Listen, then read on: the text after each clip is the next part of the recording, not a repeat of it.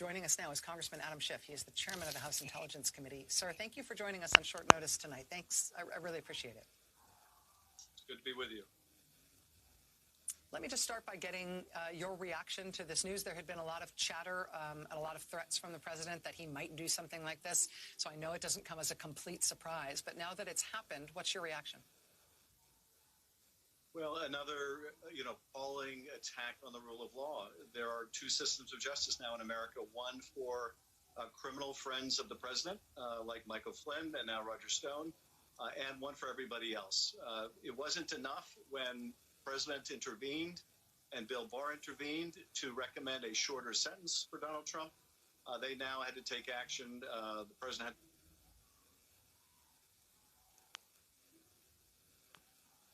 take action to make that sentence go away completely.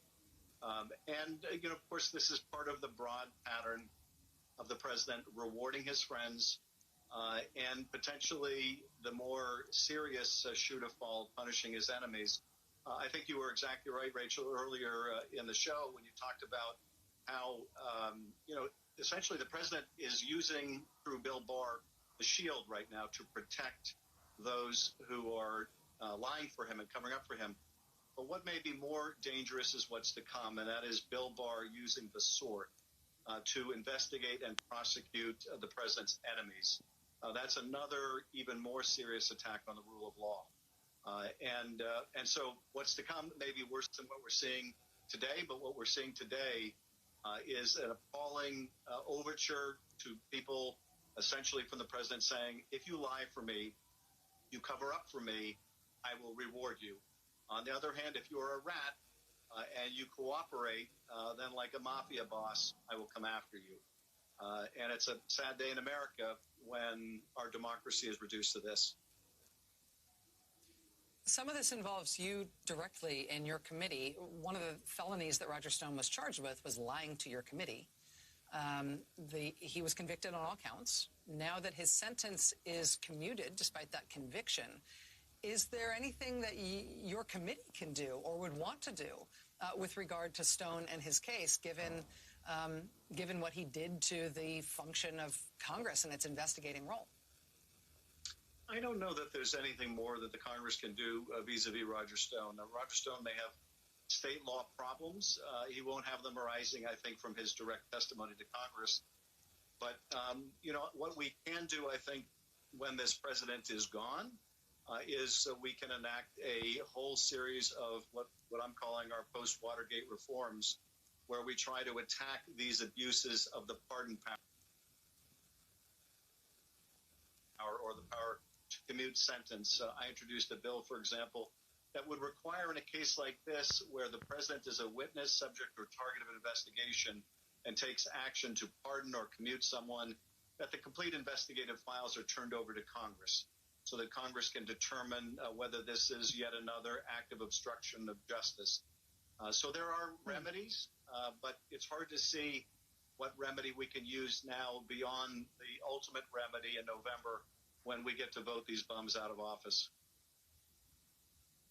Let me just ask you about what we started with this hour, and you mentioned it a moment ago, the continuing and apparently sort of systematically designed actions of William Barr to undermine or in fact end the independence of important federal prosecutors' offices around the country, to directly intervene and take over criminal investigations and criminal prosecutions involving people and interests related to the president, and in fact to command that there be criminal investigations of the president's political enemies, including people who had the temerity to investigate potential foreign interference in trying to get him elected.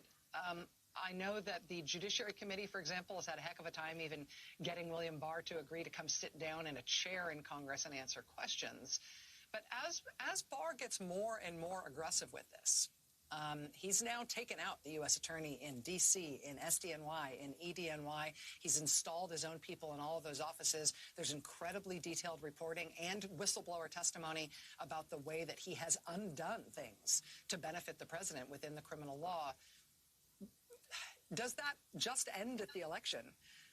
Or is there some remedy? Is there some accountability even in the long run, in terms of what Barr is doing here, because his actions are, I'm not going to say they're existentially challenging to the republic that we are, but they're close.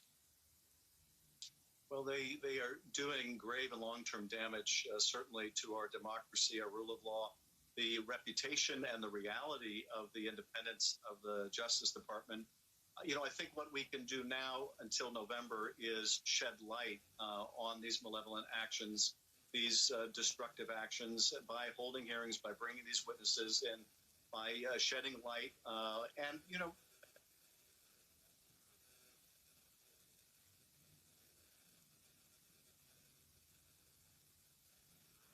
And frankly, there are, in addition to all these nightmare stories, there are some heroes, like those that are coming before Congress to expose in whistleblower fashion these acts of attack on the rule of law. I'll also, and this is also something within the last 24 to 48 hours, but Judge Sullivan taking the action to ask for a full panel review of the decision by the Court of Appeals to force him to dismiss the case against Michael Flynn. That's an act of real bravery by that district court judge. Berman's act of defiance, the fact that Strauss is now acting in the capacity of acting U.S. Attorney in New York. There are some stories of great heroism right now, and that is what I think is keeping the wheels on the cart. But exposure now, in terms of repercussions later, we need to pass reforms to make it much more difficult for a future craven president and craven attorney general to get away with this. But there may be, criminal law accountability. For example, the president as individual one in that celebrated case in the Southern District of New York, where he was directing and coordinating this campaign fraud scheme. There is no shield to protect Donald Trump when he leaves office. What Barr is doing may not be criminal. It may just be deeply damaging to our democracy. And I don't know whether there's a remedy for Bill Barr after this administration is over, except the stigma of history, and that will be a severe judgment. House Intelligence Chairman Adam Schiff, thank you again for joining us on such short notice, sir, and for making that point, actually, about